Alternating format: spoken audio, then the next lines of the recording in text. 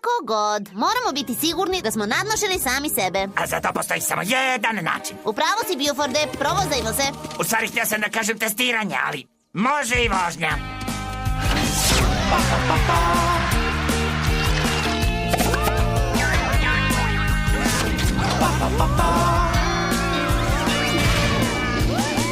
Znaš da nikud ne žurimo i idemo bez cilja.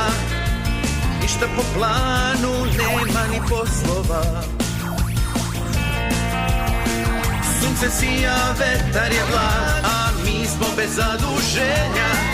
Kao turisti razgledamo, samo uživamo.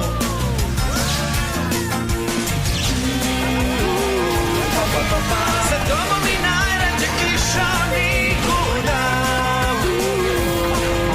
S tobom i najrađe kiša nikuda. Ne treba nam kompas, čak ni zvezda vodilja. Ne treba nam GPS, da nam kaže gde smo sad. Znamo gde smo sad.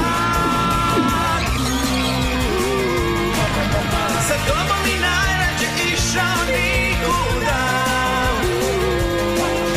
S tobom i najrađe išao nikuda. Aha! Opet su to uradili! Veliko, opasno, provaljivo!